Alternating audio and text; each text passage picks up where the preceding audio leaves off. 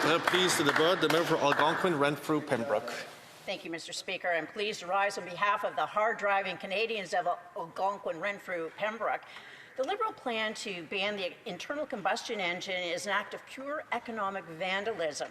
When this Soviet-style car sales mandate is combined with Trump's auto tariffs, it'll mean the death of the domestic car manufacturing. This is government-assisted suicide for the Canadian automobile industry. If this horrific Liberal policy is allowed to proceed, the damage it would unleash will spread out far beyond the auto industry. This regressive policy will hurt over lower-income Canadians, students, and refugees. This idiotic policy discriminates against rural Canadians and remote First Nations. This proudly socialist policy will push up electricity prices while paving over paradise to put up a solar farm. Over the last 10 years of Liberal rule, we've seen some overtly communist or Marxist policies. For example, the Liberal plan to search the homes of 2.3 million Canadians for firearms that look scary to people who know nothing about hunting.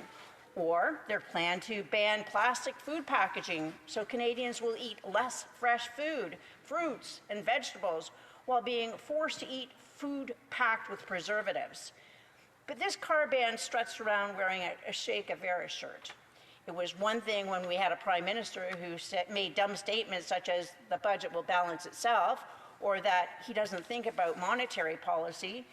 Yet despite replacing the drama teacher with an economist, we still have a government committed to this economic lunacy. Just so Canadians understand, what the Liberals are proposing is to impose massive fines on car makers who don't sell enough electric vehicles, EVs. Obviously, car makers can't go around forcing people to buy their electric vehicles, especially if they do not currently manufacture the electric vehicles. So how will car makers ensure they have enough EVs, they sell enough EVs? They'll do it by drastically raising the prices of internal combustion vehicles. When prices go up, demand goes down.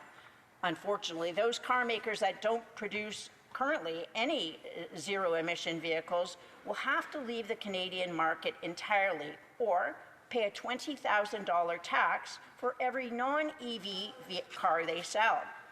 The result will be much higher prices, less competition, and fewer choices for consumers.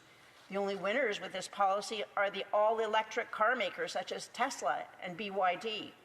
That might be great for the United States and China, but it leaves Canada more reliant on two countries that don't always have our best interests at heart. The Parliamentary Budget Officer recently reported that the price of EVs would have to come down by 30% in order for the mandate to work. Since that's not likely to happen with 100% tariffs on Chinese EVs, the only choice will be to increase the price of internal combustion vehicles by 30%. This is effectively a $20,000 car tax. This would price millions of Canadians out of the new car market. Those millions of Canadians will then turn to the used car market. The price of used cars will go up. Canadians who could just afford a new car will be forced to buy used. Canadians who could just afford to buy a used car will be forced to take on more debt or go without a vehicle entirely. That may be an option if you can afford to rent or own a home in a major city with public transit. For those living outside a major city, such as the 108,000 people living in my riding, they'll have no options. That means they can't work. Maybe this government plans to give those vacant jobs to laid-off auto workers. By hiking prices on new vehicles, demand goes down, which means production must go down. Fewer cars being sold means fewer people working in the industry. That means fewer auto plant workers, fewer car part workers, fewer car salesmen. Those laid off will cut back on spending, leading to fewer jobs in service industries. Those who can still manage to afford a vehicle will have less money to spend after paying the higher prices. None of this is a surprise to government. All of this is spelled out in the regulations. Quote, Zero-emission vehicles, ZVs, are expected to generally cost more than non-ZVs, and this vehicle price increase could lead to a reduction in the quantity of vehicles purchased, end quote. By their own estimate, this policy will cost Canadians an extra $54 billion. Leaving Canadians poorer than before really is the hallmark of this Liberal government. Lower income Canadians won't be able to afford a car, but they'll still be forced to pay taxes to subsidize an EV or a BMW for Canadians who can well afford it. Mr. Speaker, this policy clearly discriminates against rural and remote Canadians. Pricing millions of Canadians out of the car buying market, the government will have a devastating impact on rural communities. Without access to affordable transportation to get to work or to medical appointments, these Canadians will be forced to leave their homes and move to the cities.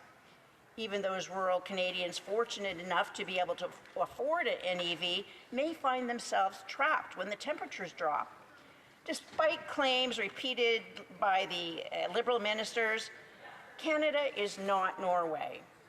I had the opportunity to travel to northern Norway to observe the Canadian Armed Forces participate in NATO exercises. Norway's capital, Oslo, sits just a few degrees below the Arctic Circle. They're a Winter Olympic superpower, but they are also a coastal country with a milder climate than Canada. Ottawa, in January, is 10 degrees Celsius colder than Oslo.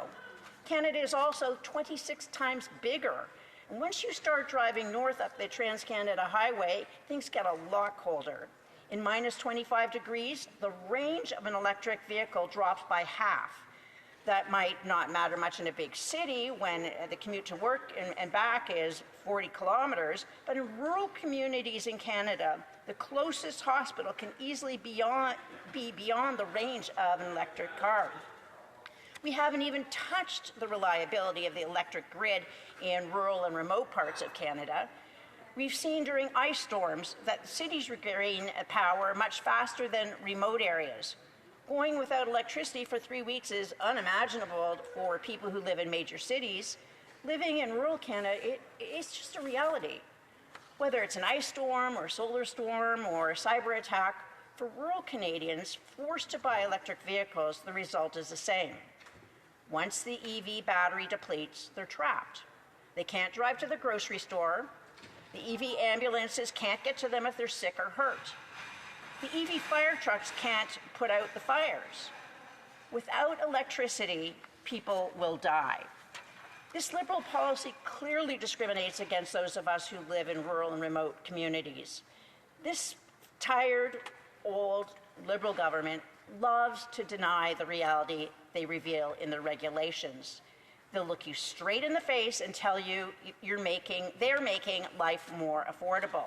They can literally quote their own regulations back to them, and they still won't believe themselves. This policy will make cars unaffordable for millions. But the plan doesn't stop there. Ontario's electricity power operator found that to meet net zero goal using only renewables would require an area 400 times the size of Toronto. How many trees must die to make the Liberals' dream a reality? This Liberal government recently committed to reclaiming 30% of Canada's developed lands. This is a government at war with itself. Has their proud socialist minister finally abandoned his opposition to nuclear power? When the minister declared an end to road building, was it a preview of a carless Canada? Forcing an early adoption of EVs before we have the electric infrastructure ready will mean higher energy prices. And it's not just about building more EV chargers. Every local transformer in every community in Canada will need to be replaced. Electro Federation Canada estimates the cost at $350 billion, and these costs will be passed along to consumers. Energy poverty will increase. Thanks to the leadership of Pierre Poilievre, Canadians have been liberated from the carbon tax. Thanks to the Liberal Party, all those gains will be lost due to higher electricity prices. Canadians will pay more for electricity and they'll pay more for cars. And rural Canadians who can't afford cars will be forced to move to the cities. Our domestic and auto industry will disappear. Canadians will be forced to pay higher taxes to subsidize battery makers and $60,000 cars. This policy will leave all Canadians